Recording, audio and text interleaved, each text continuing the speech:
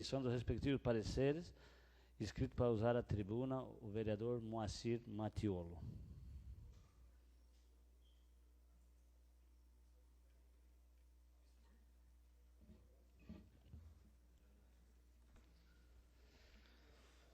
Boa noite. Quero cumprimentar o presidente dessa casa, cumprimentar as vereadoras, os vereadores, o público em geral. Vou falar sobre reforma política, com foco o financiamento de campanha. Para construir um país melhor, é preciso fazer a reforma política, para assim reduzir as desigualdades sociais, onde a maioria do povo tem que ter sua representação política, que hoje não acontece. A nossa absoluta carência de uma adequada regramento da política responde por todas as crises de corrupção, pela descrença na política e nos políticos, pelo cinismo e pelo banditismo político desavergonhado no Brasil. Não se faz uma reforma política porque significa caçar privilégios, estabelecer democraticamente as funções do Estado, estabelecer os limites do Estado nas relações com o cidadão, desmantelar organizações políticas criminosas, enfrentar com coragem o patriotismo, as mazelas do país. Nobres vereadores e vereadoras, eu pergunto, quando um empresário põe na mão de um político R$200 mil para uma campanha, é porque ele está fazendo uma caridade? Não, senhores. Esta é uma questão central. Aí está a relação promíscua, corrupta das campanhas eleitorais. Ele faz um negócio. O empresário cobra a fatura do vereador, do prefeito e dos partidos políticos. Nossa democracia está distorcida por um sistema político eleitoral vulnerável a um poder econômico financeiro que possui enorme força para intervir tanto na política parlamentar como no rumo das políticas públicas.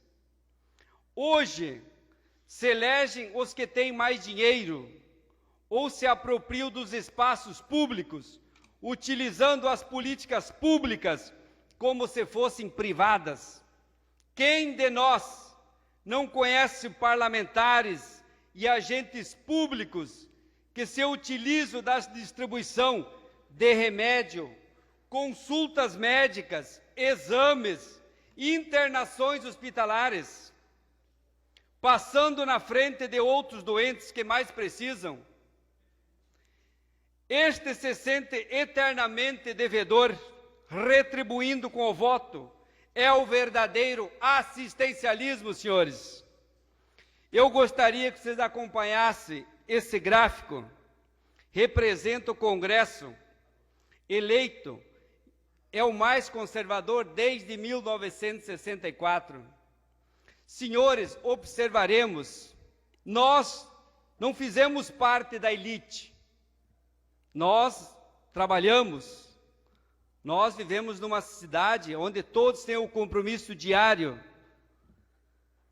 E o que está representado nesse mapa, senhores? Os ruralistas, o grande empresariado.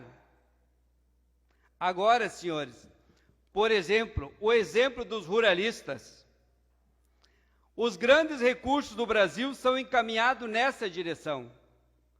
Não é o pequeno agricultor que produz a nossa alimentação diariamente, que está na nossa mesa. Não é ele que recebe os recursos. Não é ele que está representado no Congresso. Não são os trabalhadores. É isso que eu me refiro. São os grandes, os poderosos, os banqueiros, os donos de fábrica de remédio, dos laboratórios, os donos das seguradoras, são eles que estão lá.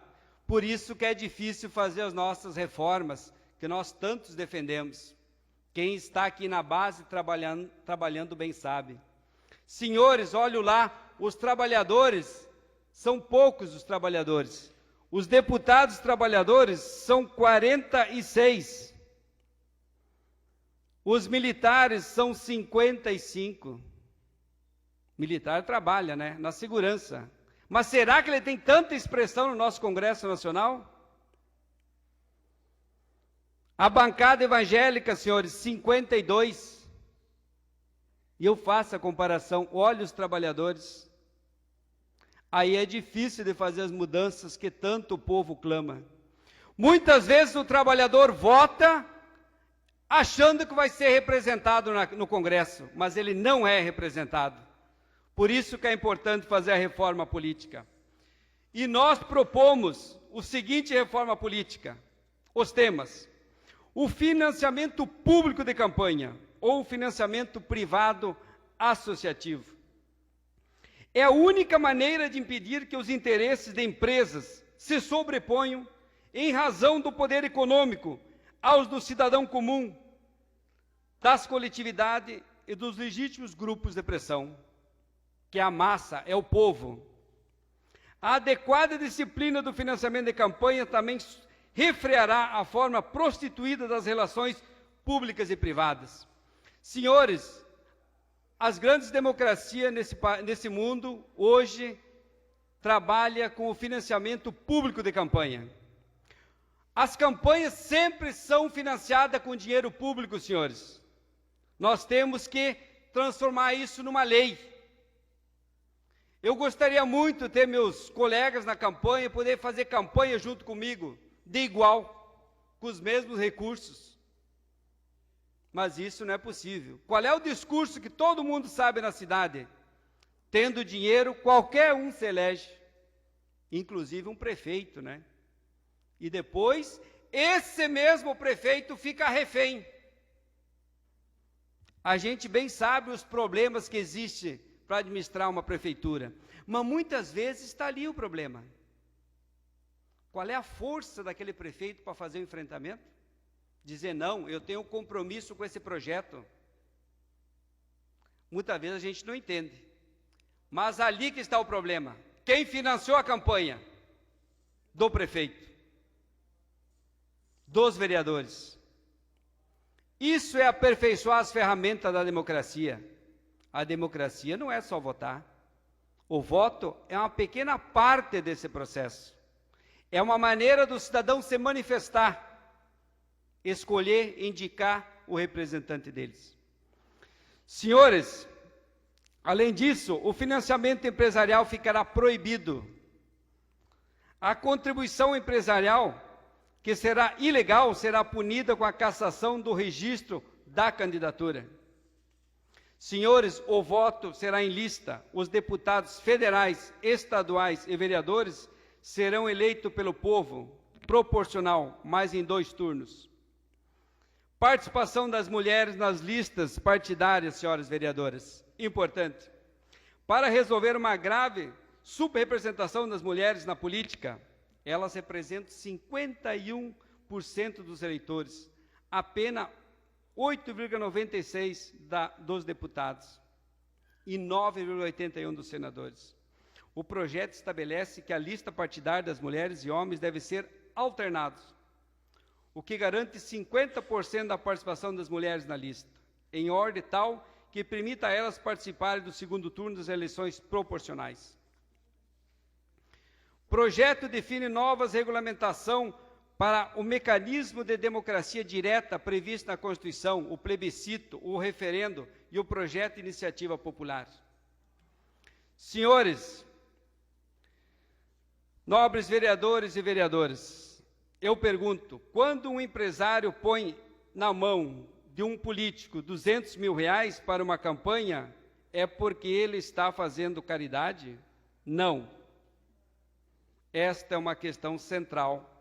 Eu volto a relembrar, senhores. Então, senhores, quero dizer para vocês que esse é um debate para mim que eu faço com a esperança que esse país faça essa reforma política. Esse é o meu sonho, disputar uma eleição com meus pares, que estejam no mesmo nível. Isto eu acredito que seja a democracia. Muito obrigado, senhor presidente.